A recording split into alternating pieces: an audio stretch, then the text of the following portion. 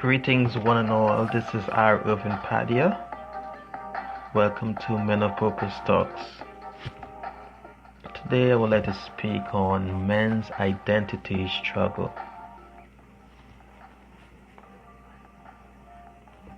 He was naked, overseeing a remedial task of naming animals, and in full confidence of who he was.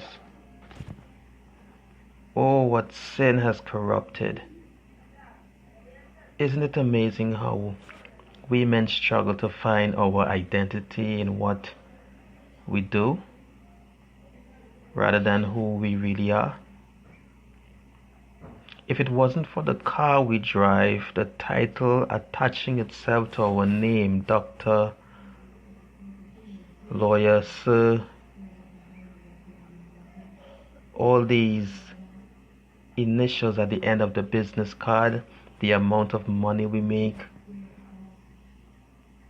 things we store in our garage, or the people that we associate ourselves with, we might not have an identity to speak of. The past year has its turn of events for me personally.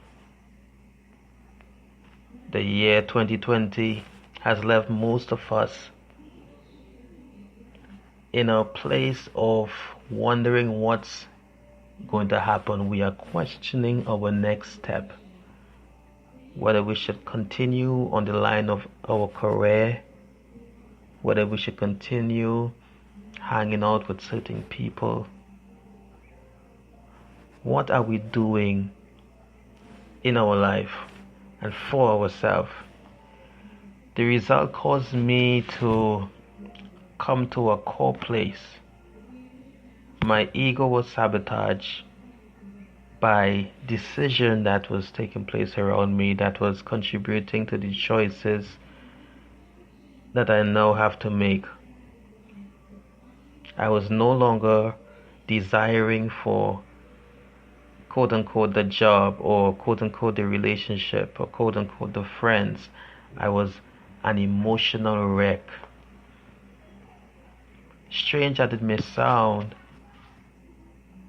I'm now happy that it happened, that the pandemic happened, that the struggles happened, that the situation took place.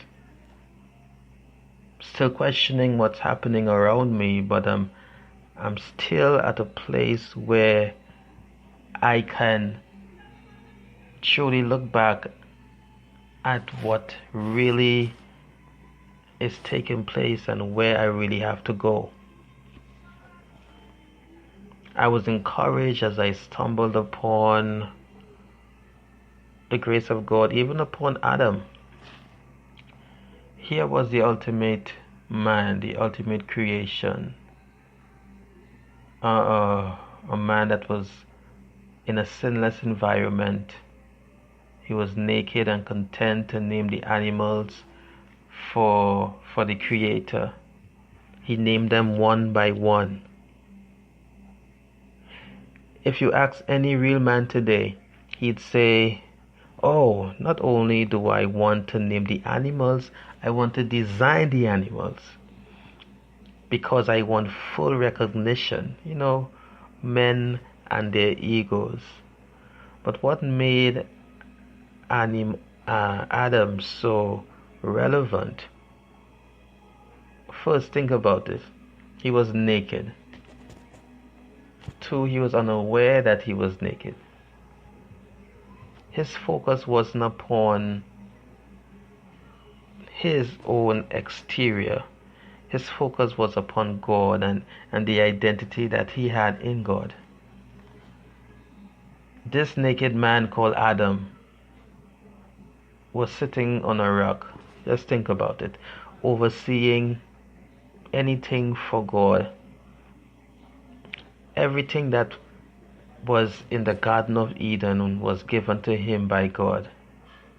And he was trying to fulfill his purpose.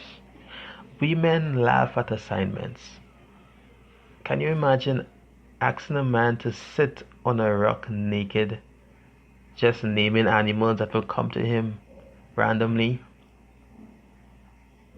we would think that's lunacy and that's a waste of our time and a waste of our talent. Yet the more we laugh is the more, things turn to sorrow. After Adam was finished with his, let's say, livestock inventory, things began to turn for him and the rest of manhood. When Adam and the needed addition, Adam needed her, called Eve, sinned, identity became a commodity for mankind. And God was taking his usual stroll through the garden. He called out Adam and Eve, "Where are you?" I can't put it in a God's voice, but imagine God saying it, how he would say it. "Where are you?" They appeared from their hiding. They were not naked anymore. They were wearing fig leaves. Now they were personally ashamed. The first thing that God said was, "Who told you that you were naked?"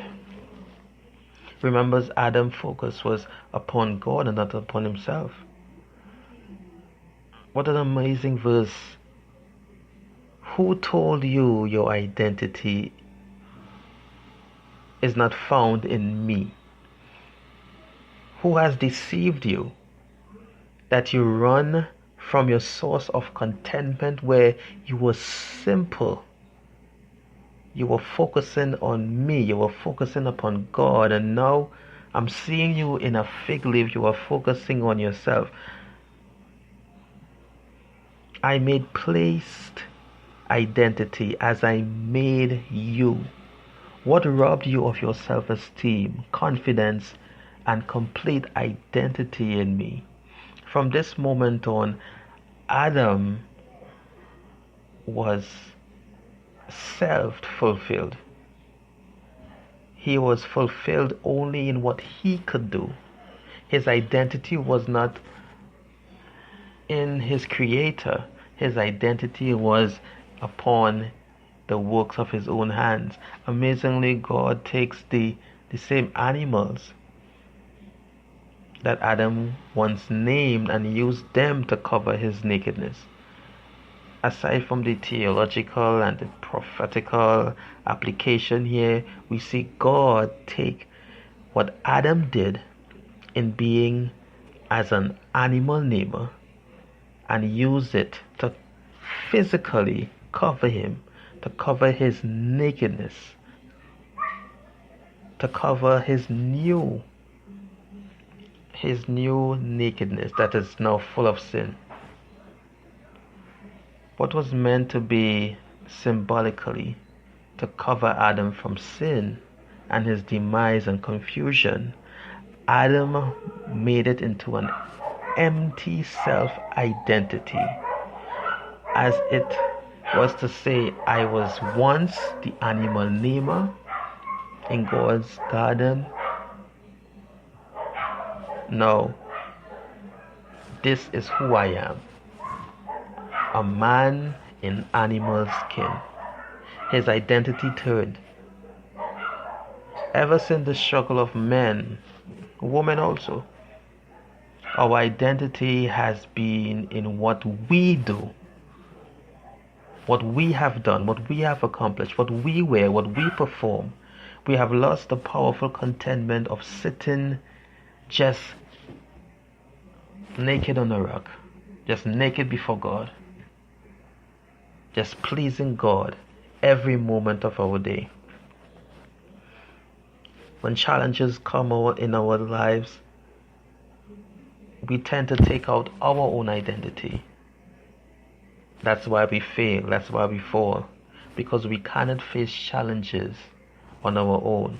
When we consider our fathering tasks, we cry out with failure. When we consider our love offering tasks in relationship, we grow cold with emotion. It's not perfect. It's never perfect. When we think about the times where we perform for the masses, knowing very well that deep down inside we are cowards. We are covering nothing. We spend our days reading our impressive identity, our press releases, our quote-unquote titles, and evaluating our mutual relationship as a respect meter. We now spend more than a fair amount of time on the stage as a clown performing and secretly longing just to be naked before God, just sitting on a rock naming animals. My encouragement to you today is to quote unquote get naked, man. It's not literally get naked, but my encouragement to you is to strip yourself of your quote unquote identity. Strip yourself of your quote unquote perceived titles, of your association, of your business card. Stop performing like a clown on stage and find the rock, find the altar and God's identity in naming the animals in your life again. Things will come your way, but you have the power in you to open your mouth and name it. No, this is not defeat, this is victory. No, this is not sickness, this is healing. No, this is not my demise, this is my victory. Speak it. And I guarantee you, your identity will start soaring from level to level. And you will not be a coward, but you will be the hero. God bless you.